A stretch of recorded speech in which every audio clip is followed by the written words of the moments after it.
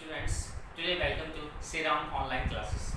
Myself Deepak Arora and we have discussed to the topic of arithmetic progression. स्वागत है आपका सभी का सिराम ऑनलाइन क्लासेस में। मैं दीपक अरोरा आपके साथ बात करना चाह रहा हूँ हमारे समांतर श्रेणी के टॉपिक के बारे में, जिसमें हमने पहले 3 लेक्चर को डिस्कस किया है। आज मुझे नेक्स्ट 4th लेक्चर को डिस्कस करना चाह रहे हैं, जिसके अंदर हम बात करेंगे आज सम ऑफ अरिथमेटिक प्रोग्रेशन, यानी समांतर श्रेणी का योगफल। हम समांतर श्रेणी का योगफल कैसे करेंगे, उसके एन टर्म दिए हों तो उसको कैसे ज्ञात करेंगे, तो ये सब आज इस बारे में हम चर्चा करने वाले हैं। मुझे उम्मीद है कि आज की क्लास के बाद आपका ये टॉपिक हमेशा के लिए अच्छे से क्लियर हो जाएगा। उसके बाद अरिथमेटिक प्रोग्रेशन की यानी इस एपी के लिए समांतर श्रेणी के लिए जितनी बार भी क्वेश्चन आएगा तो आपका ये हमेशा सही होगा। तो अब स्टार्ट करते हैं। इसमें फर्स्ट क्वेश्चन ये find the sum of AP, कि हमें सम फाइंड करना है उसका अरिथमेटिक प्रोग्रेशन का, यानी हमें समांतर श्रेणी के पदों का योगफल क्या करना है। तो क्वेश्चन क्या है, फर्स्ट क्वेश्चन में 1 3 5 7 इज दैट 12 टर्म। कहने का मतलब क्या है कि वो कह रहा है, क्वेश्चन कह रहा है कि 1 3 5 7 और 12, तो ऐसे करते करते जाइए कि इसमें आप 12 टर्म तक, मतलब आपको ऐसे करके जाना है 12 पदों तक और उसका क्या करना है, सम फाइंड करना है, सम ऑफ एपी। यानी आपको डायरेक्टली वो नहीं है, नहीं कह रहा कि 12 पदों का योगफल करिए, यानी वो आपको कह रहा है कि 1 3 5 7 इस तरह से चलिए और आपको कहां तक जाना है, 12 पदों तक जाना है और उसका क्या करना है, सम फाइंड करना है। तो पहला बात तो ये होती है किसी क्वेश्चन को सॉल्व करने के लिए आपको दिया क्या, गिवन क्या है, हमें गिवन क्या है वो कंडीशन समझ में आ रही है। सेकंड थिंग, हमें फाइंड क्या करना है, पूछा क्या है, तो वो जो है सम ऑफ एपी, हमें एपी का सम फाइंड करना है। थर्ड, उसका वर्किंग मेथड क्या होगा, तो उसके लिए बात करेंगे sum of formula of arithmetic progression, जो हम समांतर श्रेणी के योगफल का तरीका होता है हम उसको डिस्कस करेंगे। तो पहले मैं इस श्रेणी को लेकर डिस्कस कर रहा हूँ, तो मैं आंसर फर्स्ट को सॉल्व करने जा रहा हूँ। Let's start. 1 3 5 7 इस 12 टर्म, मुझे 12 टर्म तक जाना है। तो फर्स्ट ऑफ ऑल मुझे पहले ए क्लियर हो रहा है इस क्वेश्चन को देखते हुए। इस क्वेश्चन को यहाँ देखते हुए मुझे क्या क्या बातें क्लियर हो रही है, पहले मैं वो लिखता हूँ। इज लाइक ए का वैल्यू 1 क्लियर हो रहा है। Now D is the D value of a2 minus a1 and a3 minus a2. Now a2 is the value 3 minus 1 is the value of d is the 2 and d is equal to positive sign, कि जो d हमारा हमें प्राप्त हो रहा है, जो d हमें मिल रहा है वो हमारा पॉजिटिव साइन है, इसका मतलब हमारा प्रोग्रेशन बढ़ रहा होगा। चेक करते हैं 1 3 5 7, इसका मतलब हमारी श्रेणी जो बढ़ रही है वो सही है और हमने d भी सही ली है। तो मेरे पास d क्लियर हो चुका है, a क्लियर हो चुका है। अब मुझे ये कह रहा है कि 12 टर्म उसकी 12 पदों तक का ज्ञात करना है। तो हमारे पास Sn का जो फॉर्मूला होता है, हमने लास्ट लेक्चर में डिस्कस किया था, Sn is equal n/2 2a plus n-1 d is equal. तो ये जो फॉर्मूला मेरा Sn का है, तो इसमें एक और फॉर्मूला भी मैंने देखा है जो कमेंट में मुझे किया था कि Sn का फॉर्मूला सर ये भी होता है n/2 that value of a plus an, कई बुक्स में इसको a plus l लिखा है, तो l का मतलब लास्ट टर्म से ही बात की गई है, तो यहाँ ऐसा भी वैल्यू लिखा गया है। तो a plus n का मतलब a plus l का मतलब है a plus n का मतलब an का जो हमने फॉर्मूला डिस्कस किया था हम उसके लिए बात करें तो n/2 an का जो फॉर्मूला था वो राइट करिए यहाँ पे a plus n-1 d। अगर मैं इस फॉर्मूले को अच्छे से देखूं तो वास्तव में ये an का फॉर्मूला हमने राइट किया, तो मेरे पास जो वैल्यू आ रही है a plus a that 2 times a n-1 d, तो मेरे पास जो फॉर्मूला बनने वाला है वो ऐसा ही कुछ बनने वाला है। तो आप इसको यूज करिए चाहे इसको यूज करिए, कोई भी डिफरेंस नहीं है। अब यहाँ पे इसलिए यूज कर लेते हैं कि हमें फर्स्ट टर्म दिया और लास्ट टर्म दिया, तो हम इस फॉर्मूले को भी यूज कर लेते हैं। तो ऐसा कोई डिफरेंस नहीं आने वाला कि दोनों में आंसर अलग अलग आ जाएगा, दोनों में आंसर सेम मिलने वाला है आपको। तो मैं कहूँगा आप एक बेसिक एक फॉर्मूले, फर्स्ट इसी फॉर्मूले से सारा चैप्टर हो जाएगा आपका, तो इसी फॉर्मूले से करिए। कोई कंडीशन नहीं है कि आपको इसी से करना, आप उसको यूज नहीं कर सकते, ऐसा कुछ कंडीशन नहीं है। तो हम ट्राई करते हैं इसी फॉर्मूले से, मैं एक ही फॉर्मूले से क्वेश्चन करूँगा। अब s सम ऑफ n, तो कितने टर्म तक आपको फाइंड करना है, सम इज दैट 12 टर्म, तो आपको s12 मिलेगा। जैसे आपको a1 a2 a3 a4 मिल रहा था उसी टाइप से आपको सम मिलेगा s1 s1 s2 s3। s1 का मतलब एक पद है तो एक पद का जोड़, s2 का मतलब आपको दो पदों का जोड़, s3 का मतलब तीन पदों का योग। इसी तरह हमें बोला गया क्वेश्चन में 12 टर्म यानी 12 पदों का योग ज्ञात करना, तो is that value of S12, तो वो 12 पदों का योग होगा। एंड अभी हमने बात की फुट में वैल्यू लिखी n की 12/2 is 2a plus 12 minus 1। तो फर्स्ट ऑफ ऑल मैंने d की ही वैल्यू n की ही वैल्यू पुट की है, बाकी किसी की वैल्यू पुट नहीं कर रहा मैं। तो S12 is that value of 6 to a। now a का वैल्यू पुट कर रहा हूँ 1 11 d। तो नेक्स्ट मैं d का वैल्यू पुट करने वाला हूँ 2 प्लस d का वैल्यू आपको मिल रहा है यहाँ पर 2, तो 11 2 22 और 11 का 2 से गुना करूँ तो मैं 22 मिलने वाला है। 22 और 2 24, 24 का 6 से गुना आने वाला है। तो S12 जो मुझे मिलने वाला है 6 गुना 24 यानी 144, जो मेरा आंसर आने वाला है वो मेरा S12 है, यानी मेरे 12 पदों का योग मुझे मिलने वाला है। तो इस तरह से आप बहुत ही इजी मेथड रहेगा आपके लिए, बहुत ही इजी तरीका रहेगा आपके लिए सॉल्व करने का। अब इसी टाइप से हम सेकंड क्वेश्चन की बात करूं 8 3 -2, हम तीन टर्म को देख सकते हैं। तो 8 3 एंड -2 कि पहले 8 वैल्यू था मेरा फर्स्ट टर्म, उसके बाद 3 हुआ, तो इसका मतलब हमारे पद घट रहे हैं, और फिर उसके बाद 3 से माइनस हो गया तो ये और भी घट रहा है। तो यानी हमारा जो d मिलने वाला है, जो सेकंड क्वेश्चन के लिए मुझे d मिलने वाला है वो माइनस का मिलने वाला है, क्योंकि हमारे जो पद है वो ऋणात्मक हो रहे हैं यानी घटते जा रहे हैं। तो इस तरह से आपको जो भी मिलेगा वो d वो माइनस का ही मिलने वाला है। तो मैं दूसरे क्वेश्चन को राइट कर रहा हूँ 8 3 -2 is the value of sum of find is 32 term, is the first value of a and second value is that 3 and third value is that -2.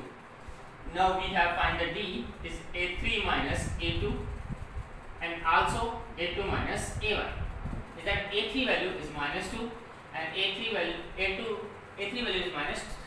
-2 and a2 value is 3, then a3 minus a2 is that value of -5.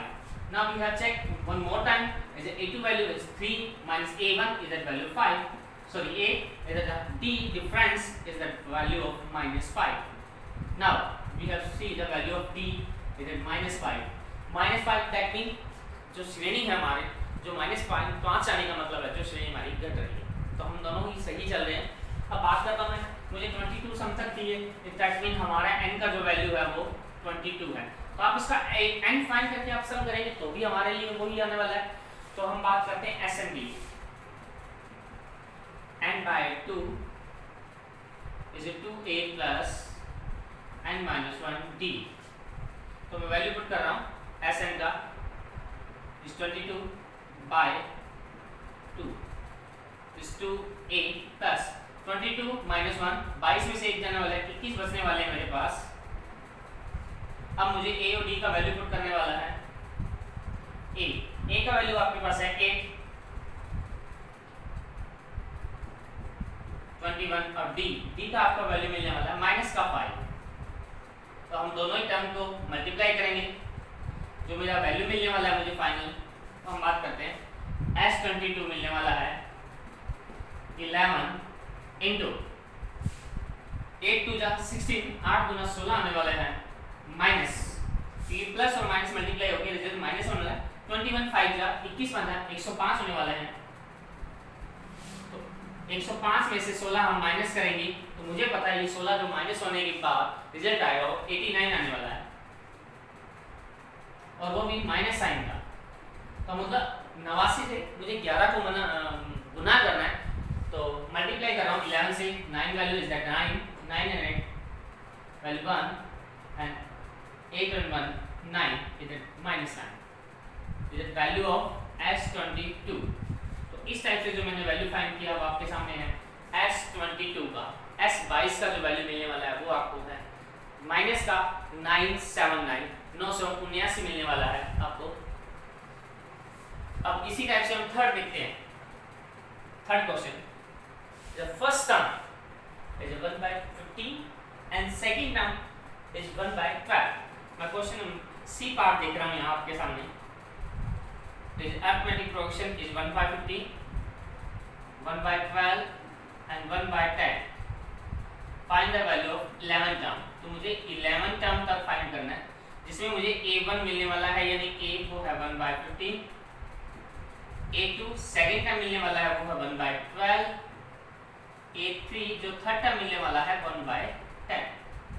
तो इसमें जब सबसे ज्यादा problem आने वाली है आपको है वो D के लिए, क्योंकि D हमने दो बार क्यों फाइंड की, क्योंकि ऐसी कंडीशन में, ऐसे क्वेश्चन में हम D को दो बार चेक करेंगे, क्योंकि हमारे बाई चांस किसी क्वेश्चन के लिए हमारे मिस्टेक ना हो जाए तो हम इसको दो बार चेक करने की ट्राई करेंगे। इजी क्वेश्चन के लिए अलग बात है, थोड़ा डिफिकल्ट हो माइनस तो उसमें मैं आपको रिक्वेस्ट करूंगा कि आप उसको दो बार ही चेक करें।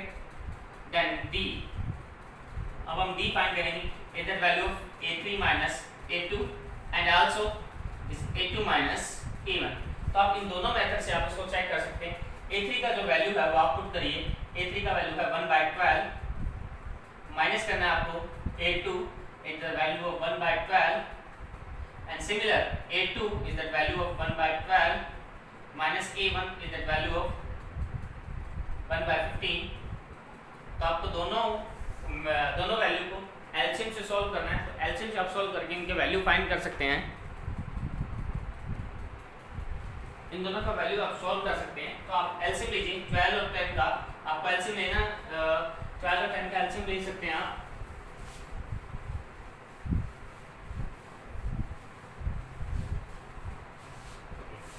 10 और 12 का आप एलसीएम लीजिए या फैक्टर कर लीजिए 2 5 जा, और 12 का फैक्टर करें 4 3 जा, और 4 के भी फैक्टर करें पाइन फैक्टर, तो आपको बस 2 2 मिलने वाला है। तो एलसीएम के अंदर 2 into 2 into 3 into 5, 3 5 जा 15, 15 4 जा इज दैट वैल्यू ऑफ 60। तो आपके पास एलसीएम आने वाला है वो है 60, 6 minus 5 is the value of 1/60 is that final value. 12 and 15 we have take the LCM for 12 and 15 is the value of 4 3 ja and 15 are also 5 3 ja. Now LCM 3 into 4 into 5, 5 4s are 20, 23 ja 60, again LCM will be 60 and 5 4 ja is the value of 1/60. Then confirm that D value is at 1/60 and A value is at 1/15।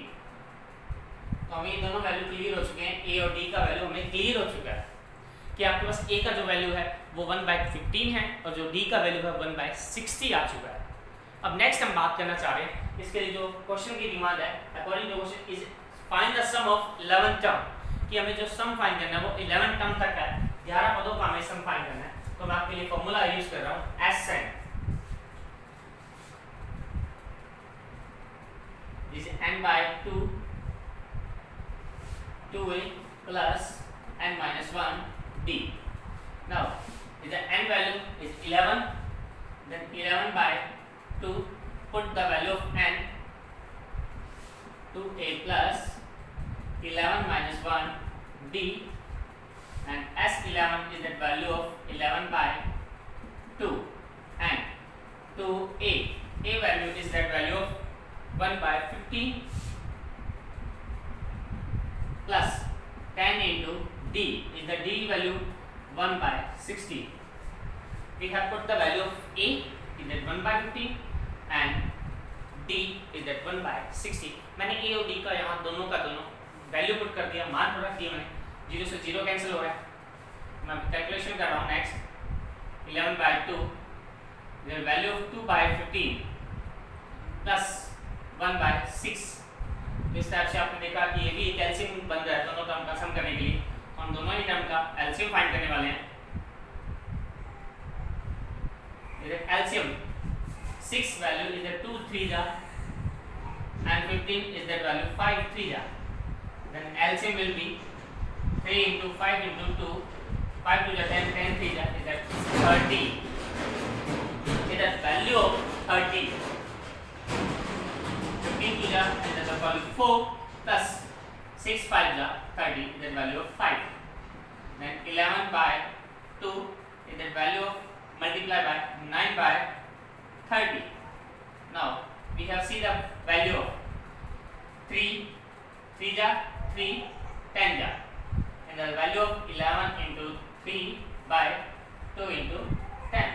तो हमने यहाँ देखा कि यहाँ पे 9 आ चुका था और यहाँ पे 30 आ चुका था, तो 9 को 3 into 3 राइट किया मैंने, 30 को टाइम 3 जा, जो दोनों टेबल में दोनों ही वैल्यू में 3 का भाग जा रहा था, हमने 3 का भाग के 3 किया 9 और 3 का आया 10, तो 3/10 आने वाला है। तो इस तरह से आप देख सकते हैं जो फाइनल वैल्यू मिलने वाला है वो 33/20 है, जो मेरे पास आंसर मिलने वाला है। तो आप इस क्वेश्चन को चेक कर सकते हैं। हमने फर्स्ट ऑफ ऑल क्या किया, जो हमें a दिया था 1/15, a2 दिया था, a3 दिया, तो इसके लिए हमने सबसे पहला काम किया जो हमारा d था, d को मैंने फाइंड किया, a3 - a2 एंड a2 - 1, तो दोनों ही वैल्यू से मुझे 1/60 मिलने वाला है। दैट मीन जो मेरा d है वो 1/60 है और जो a है वो है 1/15। तो दोनों वैल्यू क्लियर होने के बाद मैंने फाइंड किया sn, जो टर्म फाइंड करना था मुझे, सम फाइंड करना था, वो कितना था 11 टर्म तक था, 11 पदों का जो योग फाइंड करना था। तो मैंने उसमें देखा n की वैल्यू 11 मैंने पुट की और 11 माइनस 1 10 हो चुका है, यहाँ पे 10। अब d वैल्यू था 1/60 और a वैल्यू था 1/15, तो मैंने मल्टीप्लाई किया 2/15 और 0 से 0 कैंसिल होने के बाद 1/6, तो 15 और 6 मेरे पास दो वैल्यू ऐसे आ गई थी। आप चाहो तो एलसीएम इस तरीके से भी फाइंड कर सकते हो, 3 से करिए 2 और यहाँ 5 आने वाला है, फिर आप 2 से करिए, फिर आप 5 से करिए, तो इस तरह से 5 × 10 10 × 30, आपके पास एलसीएम 30 ही आने वाला है, 30 ही आने वाला है। तो यहाँ 30 का मल्टीप्लाई करेंगे 15 2 जा 2 जा 4, 30 का मल्टीप्लाई 6 5 जा 5 1 जा 5, 9/30, तो 3/30 को हमने कैंसिल किया, 3 की टेबल से दोनों को कैंसिल किया, जो 3/10 आ चुका है मेरे पास इधर, तो 11 3 जा 33 एंड 2 10 जा इधर वैल्यू 20। तो इस तरह से हमने क्वेश्चन को सॉल्व कर दिया। अब मैं नेक्स्ट क्वेश्चन के लिए बात करने वाला हूँ आपसे। आप अब नेक्स्ट क्वेश्चन नंबर 4 को रीड करिए। आप देखिए 7 + 10 10.5 एंड प्लस, एक्चुअली में ये सेकंड पार्ट का क्वेश्चन है, तो मैंने इसको फर्स्ट पार्ट में ऐड कर लिया, बिकॉज़ दोनों में ही हमें यही कंडीशन बोला है कि find the sum of AP, दोनों का यही हमें बोला है कि सम फाइंड करना है एपी का। बट इस क्वेश्चन में माइनर सा डिफरेंस है इस प्लस साइन का, 7 + 10 10.5 plus 14 and plus that is 84। तो यहाँ जो वैल्यू दिया वो ऐसा नहीं था कि 84 टर्म तक करिए, उसने डायरेक्ट वैल्यू दिया 84 वैल्यू दिया। दैट मीन जो मेरा AP है वो है 7 10.5 and 14, that is that value of 84। That mean जो यहाँ 84 लिखा गया है वो 84 नंबर टर्म नहीं है, यहाँ जो 84 लिखा गया है वो मेरा an है, यानी वैल्यू है, एक समांतर श्रेणी का पद है। ये आपको क्लियर होना बहुत जरूरी है कि जहाँ a का वैल्यू 7 है, d हम फाइंड कर लेंगे, जो d का वैल्यू मिलने वाला है a2 - a1 से, और आप फाइंड कर सकते हैं इसको a3 - a2 से, इस तरह से फाइंड कर सकते हैं। बट जो ये 84 है वो मेरा वैल्यू है an का, ये आपको क्लियर होना बहुत जरूरी है, क्योंकि यहाँ 84 वैल्यू है वो an का ही है। जैसे आपको लिखा गया है 12 टर्म 22 टर्म 11 टर्म, 84 टर्म नहीं लिखा गया। यहाँ पे प्लस साइन का मतलब है कि 84 तक आप प्लस करते जाइए, कि आप स्टार्ट करें एपी को जोड़ना स्टार्ट करें, तो 7 से जोड़िए, नेक्स्ट 10/2 10.5 जोड़िए, 14 जोड़िए, ऐसे करते करते आप वहां तक जोड़ेंगे जब तक आपका टर्म 84 नहीं आता। मतलब आपको बीच वाले टर्म फाइंड करना है, तो ऐसा कुछ नहीं है, लेकिन बीच वाले टर्म को भी लेकर सम करना है, और सम कहाँ तक करना है आपको 84 तक करना है। आपको इस तरह का ये क्वेश्चन दिया गया है। अब यहाँ पे आप en है, तो आप en से n भी फाइंड कर सकते हैं, n भी फाइंड कर सकते हैं, जैसे हमने लास्ट क्वेश्चन में किया था। पहले मैं d फाइंड करता हूँ, a2 टर्म कितना मेरा 10.5, इसको मैं मिक्स फ्रैक्शन से सिंपल फ्रैक्शन में कन्वर्ट करता हूँ, तो 21/2 minus a1 is that value 7, a3 is that value 14 minus a2 is that 21/2। Now we have find the LCM is that value 2, 21 minus 14 is the value of 7/2. Now again, is that the LCM of 2 is 28 minus 21 is the value of 7/2. तो इस तरह से हमने जो d find किया वो 7/2 है। मेरा 7/2 मेरे पास d आ चुका है, मेरे पास d भी है, d भी है, और हमने ये फाइंड किया हुआ है an भी है। तो आप an का यूज भी कर सकते हैं। जैसे मैं बात कर रहा हूँ sm के फॉर्मूले की, sm का एक्चुअल फॉर्मूला था n/2 a plus an। तो आप सोचें कि यहाँ a भी है an भी है, तो आप डायरेक्ट वैल्यू पुट करके आप इसका सम कर सकते हैं। तो ऐसा नहीं है, क्योंकि आप a और an का वैल्यू तो पुट कर देंगे, बट आप एक चीज भूल लें कि यहाँ आपको n की बहुत जरूरत है और यहाँ भी n की बहुत जरूरत है, क्योंकि आप SN तो फाइंड कर रहे हैं, सपोज करो आप SN में आपने दोनों का सम फाइंड कर लिया, लेकिन फाइनल आंसर आपको तब भी नहीं मिलने वाला, बिकॉज हमें ये नहीं क्लियर हो रहा कि हमें कितने टर्म तक का इसका सम किया है। तो उसके लिए सबसे पहला काम आपको an फाइंड करना पड़ेगा, an से n फाइंड करना पड़ेगा। तो हमारे पास an का जो वैल्यू है वो आपको दिया हुआ है 84। तो an का जो फॉर्मूला होता है वो है a + n - 1d = तो an का वैल्यू पुट कर रहा हूं मैं 84, a वैल्यू मेरे पास है 7 प्लस n मुझे अभी तक क्लियर नहीं है, और d का वैल्यू है 7/2। तो 7 प्लस क्या ट्रांसफर कर रहा हूं मैं इधर वैल्यू ऑफ n - 1 इनटू 7/2। तो ये जो माइनस करने वाला मेरे पास वैल्यू आने वाला है वो है 77।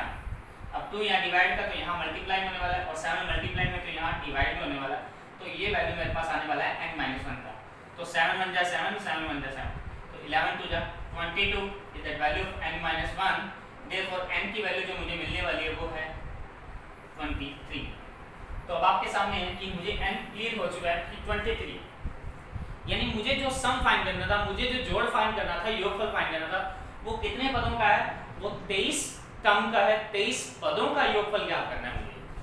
तो इस तरह से अब आप n की वैल्यू यहाँ पर करके आप दोनों को लेके जा सकते हैं। आप पुराना फॉर्मूला भी यूज कर सकते हैं जिसमें n/2 2a + n - 1d हो सकता है, तो उससे भी आप कर सकते हैं। लेकिन इस बार मेरे पास a और n दोनों की वैल्यू है, तो मैं n की वैल्यू यूज करने वाला हूँ यहाँ 23/2। यहाँ a का वैल्यू है 7 और an का वैल्यू मेरे पास 84 है, तो दोनों को मैं सम करने वाला हूँ। तो 23/2 दोनों का आप सम करिए तो आपको मिलने वाला है वैल्यू 91।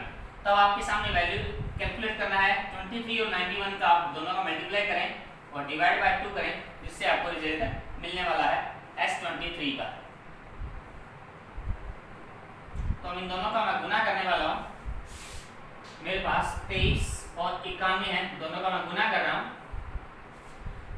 वैदिक मैथ से हम यूज कर रहे हैं, क्योंकि आपने पढ़ा होगा अभी तक फर्स्ट चैप्टर वैदिक मैथ का।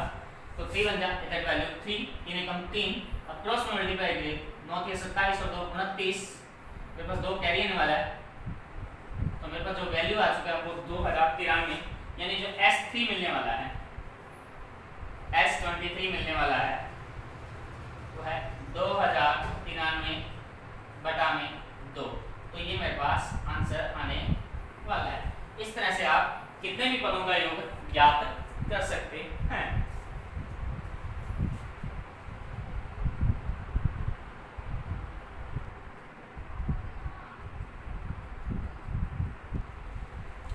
Now we have discussed the question number 3rd. तो अब हमारे पास एक क्वेश्चन नंबर 3rd बचा था, हम उसको डिस्कस करेंगे। Question number 3rd is that value of is in AP 9, 17 and 25। तो कह रहा है कि एक आपके पास AP है 9, 17 और 25, जिसके 3 पद आपको दिए गए हैं 9, 17 और 25। How many take how many term we take, हम कितने पद लें दैट व्हेन द सम, जब उसका सम ऑफ देयर उन टर्म्स का सम इज दैट वैल्यू ऑफ 636, कि उन पदों का योग 636 हो जाए। कि हम एक AP हमें दिया गया, वो क्वेश्चन बोला गया कि आप इस AP के कितने पद लेंगे कि उनका योग आपके पास 636 हो जाना चाहिए। तो कहने का मतलब हमें क्वेश्चन में सबसे पहले बोला क्या गया कि आपके पास AP है 9, 17 एंड 25। तो आपके पास इस तरह का AP है जिसमें आपको क्लियर हो रहा है कि A आपके पास वैल्यू है 9। आप D फाइंड करें तो आपके पास A2 minus A1, that mean 17 में से आप 9 माइनस करिए तो आपके पास वैल्यू आने वाला है 8। तो आपको कंफर्म हो चुका है कि D जो वैल्यू है वो 8 है। तो आप 25 में से भी 17 माइनस कर सकते हैं, 25 में से भी 17 घटा सकते हैं, तो आपको A और D क्लियर है। सेकंड, अब उसके बाद क्वेश्चन क्या कह रहा है, हाउ मेनी टर्म, आप कितने पद लें, वी टेक हम लेंगे व्हेन, जब द सम उसका योगफल ऑफ देयर टर्म, उन पदों का योगफल इज 636, कि उन पदों का योगफल कितना हो जाना चाहिए 636। इसका मतलब हमें योगफल तो पहले से दिया उसने, कि हमें बोला गया है कि योगफल आप ज्ञात करें कि उनका योगफल हो जाए 636 हो जाना चाहिए। कितने पद लें, मतलब हमसे पूछा गया हाउ मेनी टर्म, तो हमें पूछा गया है कि n की वैल्यू क्या होगी, कितने आप पद लेंगे कि यहाँ n क्या पुट करें कि उसका जो योग है वो 636 हो जाना चाहिए। तो हमें इस तरह का सवाल दिया गया। तो उम्मीद करता हूँ सवाल आपको समझ में आ गया होगा। अब इसके आंसर के लिए हम बात करते हैं। तो हमें पहले क्लियर है a और d, हमें Sn दिया गया। तो Sn का जो फॉर्मूला है हम पहले वो राइट करते हैं, n/2 2a plus n-1 d। तो हमें वैल्यू दिया गया Sn का, तो हमें Sn का फॉर्मूला पता है, हम दोनों को इक्वल पुट करते हैं, इक्वल वैल्यू पुट करते हैं। तो Sn का जो वैल्यू है वो 636, n अभी तक हमें क्लियर नहीं है। a का आपको वैल्यू है 9, तो हम 9 पुट कर रहे हैं, n अभी तक क्लियर नहीं है। d, अब d का वैल्यू आपके पास 8 है, तो हमने 8 पुट किया।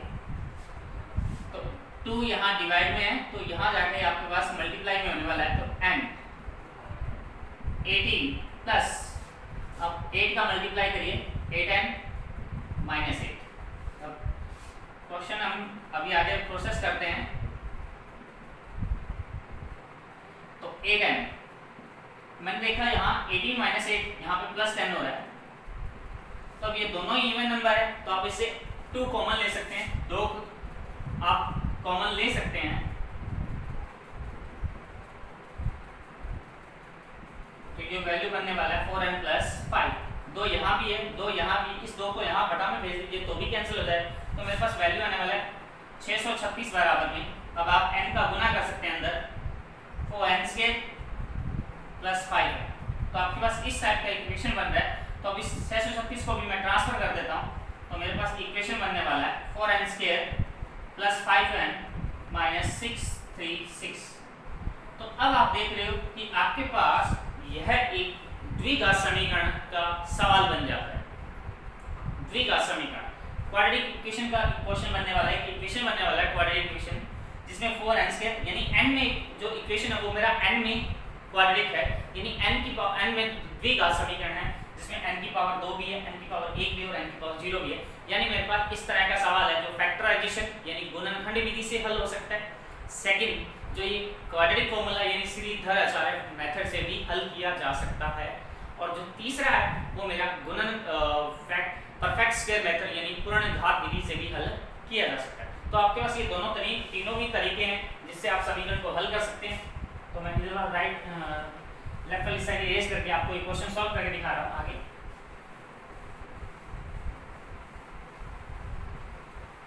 तो यहाँ मेरे पास इक्वेशन बन रहा है 4n² plus 5n and minus 636 is equal 0।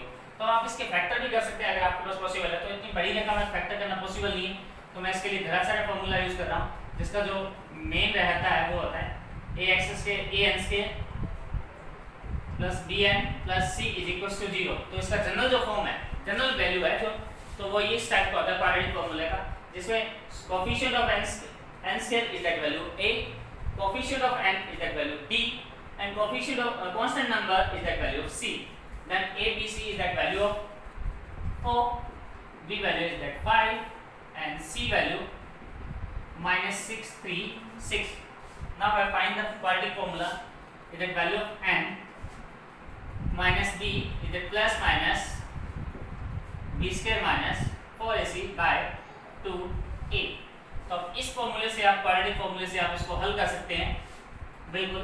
तो हम इसको सॉल्व करते हैं। माइनस बी की वैल्यू आप माइनस साइन के साथ यूज करिए, प्लस माइनस बी स्क्वायर 5 का स्क्वायर करिए that value of 25 minus 4 a value आपका 4 है, multiply by c value is also minus, then minus minus plus that value of 636 divide by 2a value is at 4, then n value will be minus 5 plus minus 25 plus, अब 16 का multiply मुझे 636 के साथ करना है, तो आप 16 का मल्टीप्लाई 636 के साथ करते हैं, 636 को मल्टीप्लाई आप 16 से करते हैं, 16 छीके 96 होने वाला है आपके पास, 9 48 और 9 57 होने वाले हैं। तो आपके पास कैरी रहेगा 5 16 96 101, तो आपके 101 होने वाला है।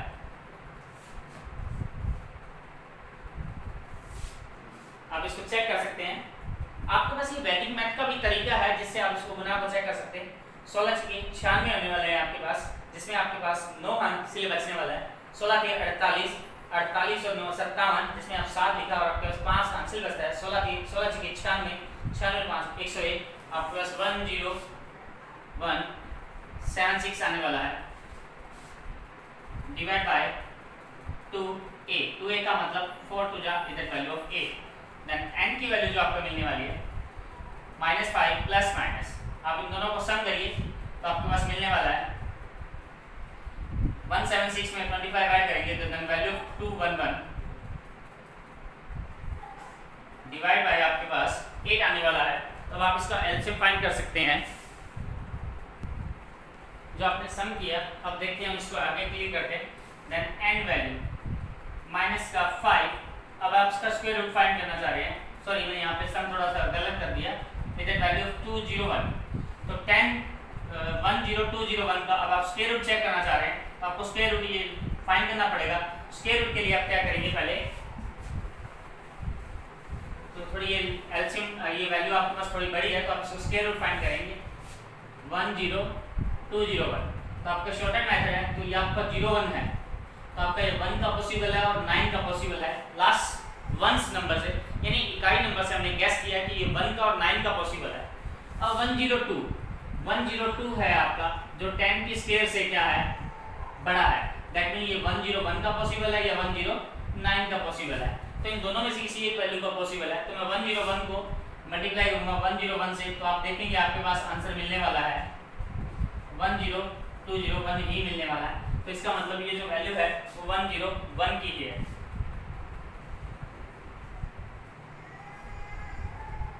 तो इस तरह से आपने इसका स्क्वायर रूट फाइंड कर लिया। तो n की वैल्यू -5 प्लस माइनस 101/8। तो यहां से आपके पास दो मेथड निकल रहे हैं, taking plus sign and taking minus sign. दो आपके पास क्वेश्चन निकलने वाला है। प्लस साइन और माइनस साइन का डिफरेंस यहाँ आने वाला है क्योंकि -5 और 8 ये दोनों एज इट इज रहने वाले हैं, क्योंकि आपके पास चॉइस है यहाँ 101 की। तो 101 में आप एक बार प्लस साइन लेंगे और एक बार आप माइनस साइन लेने वाले हैं। तो ये तो नंबर पॉसिबल हो ही नहीं सकता, क्योंकि हमने शुरुआत में बात की थी जो n होगा वो आपका नेचुरल नंबर होगा। नेचुरल नंबर मतलब प्राकृत संख्या होगी और प्राकृत संख्या कभी भी ऋणात्मक नहीं होती। तो इस तरह का आंसर मुझे मिलने वाला जो कि संभव नहीं है। तो मैं प्लस साइन वाली वैल्यू ही चेक करता हूँ। तो माइनस करता हूँ विद वैल्यू 96/8, तो n का वैल्यू आने वाला है 12। तो इसका मतलब हमें उस AP के लिए कितने पद लेने पड़ते थे, तो वो है 12 पद। तो यानी हमें 12 पदों का योग लेकर ही हम इस AP को योग 636 प्राप्त कर सकते थे। तो ये क्वेश्चन थोड़ा सा लेंथी जरूर है बट इंटरेस्टिंग था, क्योंकि पहले आपको इस टाइप से क्वेश्चन को सॉल्व करना था। पहले आपको योगफल दिया था, A दिया था, D था, तो आपको योगफल से पता करना था। तो नेक्स्ट लेक्चर में मैं आपके पास ऐसे 10 क्वेश्चन लिखवाने वाला हूँ योगफल के, जिसके बाद उन 10 क्वेश्चनों से पार कोई भी सम नहीं होगा। मतलब आपने अगर आप AP का योगफल सीखना चाहते हैं, आप AP का योगफल करना चाहते हैं, तो आपके पास आपके लिए अगला वीडियो बहुत ही ज़्यादा इंपॉर्टेंट हो जाएगा, जिसमें जो जितने भी टाइप के आपके पास क्वेश्चन बनने वाले हैं वो सारे के सारे हम 10 क्वेश्चनों के ही अंदर आएंगे। यानी क्वेश्चन की लैंग्वेज कुछ और दी होती है, बोला कैसे हो जाता है, लेकिन घूम फिर के क्वेश्चन हमारे उन्हीं 10 क्वेश्चनों में से ही आने वाले हैं। तो मैं उम्मीद करूँगा कि आप नेक्स्ट वीडियो भी बिल्कुल जरूर देखेंगे। और थैंक्स अ लॉट। और आप इस वीडियो को ज़्यादा से ज़्यादा लाइक करें, शेयर करें, जिससे आपके फ्रेंड्स और साथ वालों को भी इस वीडियो का फ़ायदा मिल सके। Thanks a lot and have a nice day.